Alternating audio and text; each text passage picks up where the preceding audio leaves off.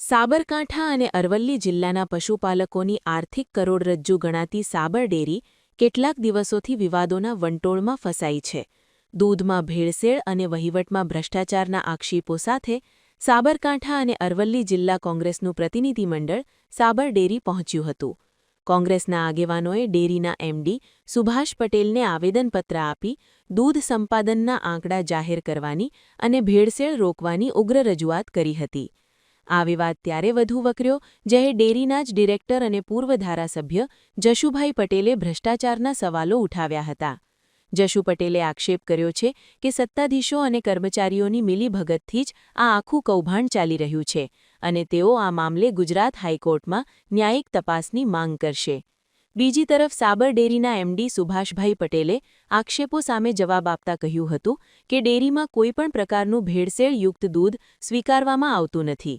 જો કે બાયડમાં બનેલી ઘટનામાં કેટલાક સુપરવાઇઝરો સામે કાર્યવાહી કરવામાં આવી છે અને તપાસ સમિતિનો રિપોર્ટ આવ્યા બાદ સત્ય બહાર આવશે. ગુજરાતમાં નકલી દૂધની ભરમારની વાતો પૂરા તંત્રમાં અને ગામડામાં પણ ઘેર ઘેર ચર્ચા થઈ રહી છે. આ બાબતે મેં વારંવાર માન્ય એમડીશ્રીને, ચેરમેનશ્રીને અને એના અધિકારીઓને મેં માહિતી માગી. આજ દિન સુધી માહિતી આપવામાં આવી નથી. સાબર ડેરીની ટેરિટરીમાં અને ગુજરાત બહારથી આવતા દૂધમાં કેટલું દૂધ ઓછું થયું એના ડેલી ટંક રિપોર્ટ અને કેટલું દૂધ છેલ્લા 2 વર્ષથી 24 ડિસેમ્બરથી આ દૂધ આવે છે એવી માહિતી મળતી હતી. લોકમુખે ચર્ચા થતી હતી. ત્યારે મેં જ્યારે માહિતી માગી ત્યારે આ લોકોને ખૂબ લાગી આવ્યું હતું અને એના બદલાના ભાગરૂપે એમણે આ ધંધો મારા સામે કર્યો કે આને દબાઈ દેવો. પણ હું એમ ચોક્કસ કહું કે ઘરની ટુકડીને બાપ ફોજદાર તપાસ કોણ કરે? ટુકડી લૂંટવાવાળી એ ઘરની હોય અને તપાસ કરનાર અધિકારી ફોજદાર ઘરનો હોય. આ જ લોકો અંદર બેઠા છે, એ જ લોકો આના ભાગીદાર છે. માહિતી આપતા નથી, અમને આપી શકાય નહીં. હમણાં અમારા પ્રમુખશ્રીએ વારંવાર જે પ્રશ્નો કર્યા, તપાસ ચાલુ છે, તપાસ ચાલુ છે, તપાસ ચાલુ છે, આનો ગાણો ગાયા કર્યું છે. અમે માહિતી માગી કે તો તપાસ પૂરી થઈ આપીશું. અને રોજ દૂધ આવતું હતું એની તપાસ શું કરવાની? તમારા સેફ્ટના ઓકડા છે, ફેડરેશન પાસે એની અંદર કંઈ પણ સુધારો કર્યો તો મળી જાય, એ પણ આપવા તૈયાર નથી. એટલે અંદરના વહીવટકર્તાઓ જે પ્રકારે કામ કરી રહ્યા છે બધા જ ભાગીદારો છે અને એ થકી જ આ બધી વસ્તુ બની છે. આવનારા દિવસોમાં હાઈકોર્ટનું શરણું લઈશું અને અમારી કાર્યવાહી અહીં કલેક્ટર સાહેબને રજૂઆત કરવાની, પ્રજાને રજૂઆત કરવાની, એમને જાગૃત કરવાના. ત્યાર પછી અમે હાઈકોર્ટ જઈને આ તપાસની સીટ માટે માંગણી કરીશું. જે હુમલો કરવામાં આવ્યો હતો એ હુમલાનું મુખ્ય કારણ શું? બસ એક જ, આ જ લોકો ભાગીદાર હતા. એક ડિરેક્ટર, મારા ઉપર હુમલો જયંતિભાઈ કરીને એક ડિરેક્ટર છે. હું બેઠેલો હતો, આ ચર્ચા કરતો હતો અને જેમણે ત્યાર પછી તો બધા જ આવી ગયા પણ કોઈ બોલ્યું નથી. હું મારી સલામતી ખોળી બહાર નીકળી અને ચેરમેનશ્રીની ચેમ્બરમાં એમની હાજરી હતી. હુમલા બાદ કોઈ કાર્યવાહી કરવામાં આવી છે? ના, કોઈ કાર્યવાહી કરી નથી આપણે, કારણ કે એમડી પણ નહોતા અને ચેરમેન પણ નથી. આપણે કેવું કોને? ફરિયાદ તો આ વસ્તુ એવી છે કે સરકાર ભાજપની છે, મારે અરજીઓ જ આપવાની છે. આ સુધી લો, મારી તો ઠીક છે પણ જયરાજસિંહ જાડેજાના ઉપર હુમલો થયો એની ફરિયાદ દાખલ નથી કરી. જે પ્રકારે ખાસ કરીને મુદ્દો શું હતો જેના કારણે હુમલો કર્યો? આ માહિતીની જ વાત છે. કોણ કોણ છે? એવા આક્ષેપ પણ કરવામાં આવ્યા હતા કે ડિરેક્ટરોના કલેક્શન સેન્ટરો ચાલી રહ્યા છે પણ કયો માહિતી આપે છે? એનું નામ નથી મળતો, કેટલું દૂધ આવ્યું છે એ નથી બધું, કેટલા વખતથી આવ્યું એ બધું નથી. એટલે સ્વાભાવિક છે કે એમને કાઢવું પડે. આપને કઈ કલેક્શન સેન્ટરો પર આશંકાઓ કે જેવો? નામ મને ખબર નથી, માહિતી અંદરથી મળે છે. બાયડનો 4 તો ખુલ્લો પડી ગયો છે, ધનસુરાનો 5 થી 6 છે, મેઘરજમાં અને ખાસ કરીને રાજસ્થાનની બોર્ડરથી આવતા જે કેન્દ્રો છે જો કલેક્શન કરવામાં આવે એના નામ મારી પાસે નથી.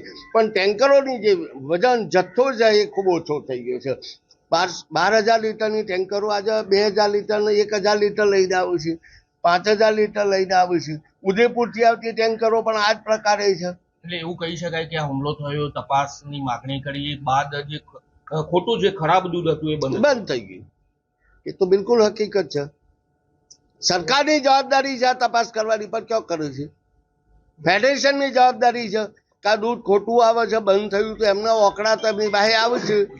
સેફ્ટ એક એવી બાબત છે કે જેને ડેરીમાં આણંદમાં બેઠા બેઠા ખબર પડે, એમ છતાં કંઈ થતું નથી. સાબરકાંઠા અને અરવલ્લી જિલ્લા કોંગ્રેસ પક્ષનું એક પ્રતિનિધિ મંડળ અરવલ્લી જિલ્લા કોંગ્રેસ પ્રમુખ અરુણભાઈ પટેલ અને સાબરકાંઠા પ્રમુખ હું અને બધા જ આગેવાનો અને માનનીય જસુભાઈ પટેલ, કમલેન્દ્રસિંહજી અને બધા જ પૂર્વ વિધાનસભાના ઉમેદવારશ્રીઓ અને વરિષ્ઠ આગેવાનોનું એક પ્રતિનિધિ મંડળ. આપ સૌ જાણો છો કે તાજેતરમાં જ જે પ્રિન્ટ મીડિયા, ઇલેક્ટ્રોનિક મીડિયાની અંદર અને ટીવી મીડિયામાં આવ્યું હતું કે ભાઈ નકલી દૂધનો કારોબાર ચાલી રહ્યો છે, એમાં સાબર ડેરીના સત્તાવાળાઓની જ મિલીભગત સાબિત થાય છે. આજે અમે આ અગાઉ અરવલ્લી જિલ્લા કોંગ્રેસ સમિતિ તરફથી પણ એક મોટો કાર્યક્રમ આપવામાં આવ્યો હતો. સાબરકાંઠા જિલ્લા કોંગ્રેસ સમિતિ તરફથી પણ મંડળ અને સેક્ટર અને ગામના લોકોને ઉપસ્થિત કરી અને ભેગા મળી અને પશુપાલકોને જાગૃત કરી અને આ નકલી દૂધનો કારોબાર જે ચાલી રહ્યો છે અને એમાં સાબર ડેરીના સત્તાવાળાઓની જ ભાગીદારી છે, એ ભાગીદારી સામે નિષ્પક્ષ તપાસ કરી સીટની રચના કરી શ્વેતપત્ર બહાર પાડવા માટે આજે સમગ્ર સાબરકાંઠા જિલ્લા અને અરવલ્લી જિલ્લાના કોંગ્રેસ પક્ષનું એક પ્રતિનિધિ મંડળ માગણી કરવા માટે આજે મેનેજિંગ ડિરેક્ટરશ્રીને રૂબરૂ મળ્યા. મેનેજિંગ ડિરેક્ટરશ્રીને રૂબરૂ રજૂઆત કરતો મેનેજિંગ ડિરેક્ટરશ્રીનો જવાબ પણ અમને સંતોષકારક મળ્યો નથી. નકલી દૂધનો કારોબાર સમગ્ર સાબરકાંઠામાં ચોરે અને ચોટે આપ સૌ જાણો છો એમ દૂધ વેચાઈ રહ્યું છે. લોકોના આરોગ્ય સાથે ચેડા થઈ રહ્યા છે, બાળકોના આરોગ્ય સાથે ચેડા થઈ રહ્યા છે. નકલી દૂધનો કારોબાર કરનારા સાબર ડેરીના સત્તાવાળાઓ જ હોય એવું ફલિત થાય છે. છતાં પણ સત્તાધારી પક્ષ અને ભારતીય જનતા પાર્ટીનું એમને પીઠબળ હોય અને એમને સામેલગીરી હોય એવું ફલિત થાય છે. એટલે ચોક્કસપણે જે કાર્યવાહી થવી જોઈએ આજ દિન સુધી થઈ નથી. આજે અમે એમડીસીને મળી અને રૂબરૂ આ બાબતે આવેદનપત્ર આપી અને રજૂઆત કરી છે કે આ બાબતમાં સીટની રચના કરી અને યોગ્ય તપાસ નહીં થાય તો આવનારા દિવસોમાં પશુપાલકોને સાથે રાખી અને એક મોટું જલદ આંદોલન કરવામાં આવશે. સાબર ડેરીના સત્તાવાળાઓને આજે અમે મળ્યા ત્યારે અમને જાણીને દુઃખ થયું કે એ કોઈ પણ વાત સ્વીકારવા માટે તૈયાર નથી. પણ હું આપને કહું કે પેલા દલાતરવાડી જેવી વાત છે કે લવ રીંગણો 2-4 કે લોન 10-12 એટલે અહીંયા તપાસ કરવાવાળા, લેબોરેટરીવાળા બધા એના જ છે અને સત્તાધારી પક્ષના લોકોનું આમાં સમર્થન છે.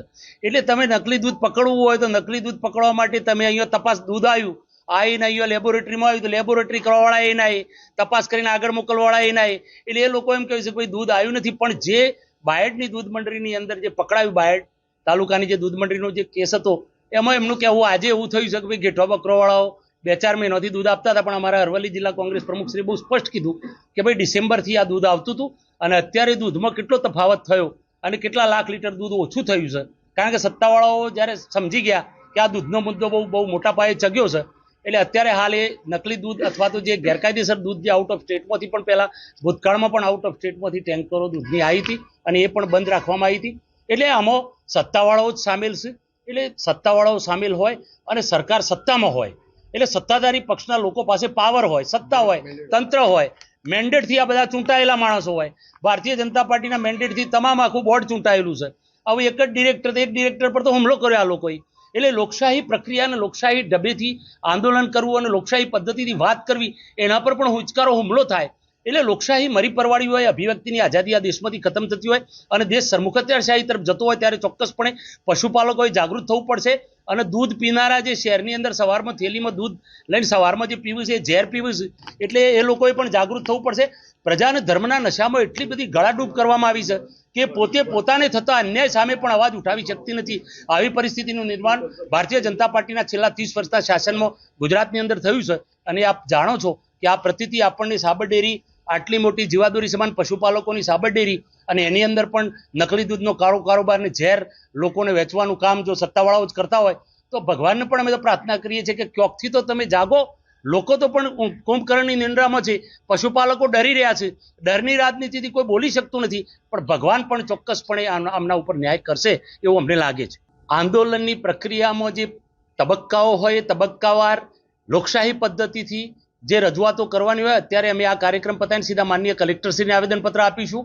તમામ પશુપાલકોને જાગૃત કરીશું, એક મોટી મહાપંચાયત બોલાવીશું અને છતાંય સત્તાવાળાઓના કાન આંબળવાનો પ્રયત્ન કરીશું.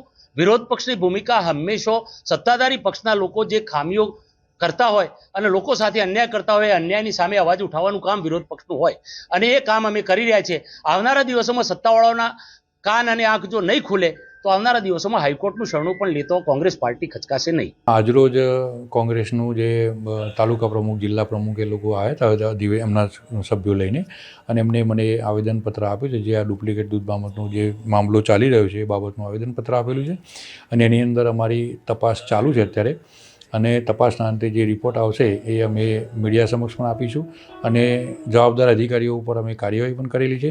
અને આ મામલે અત્યાર સુધી હાલ કોઈ એવું ડુપ્લિકેટ દૂધ આવેલું હોય એવું કોઈ માલુમ પડેલ નથી.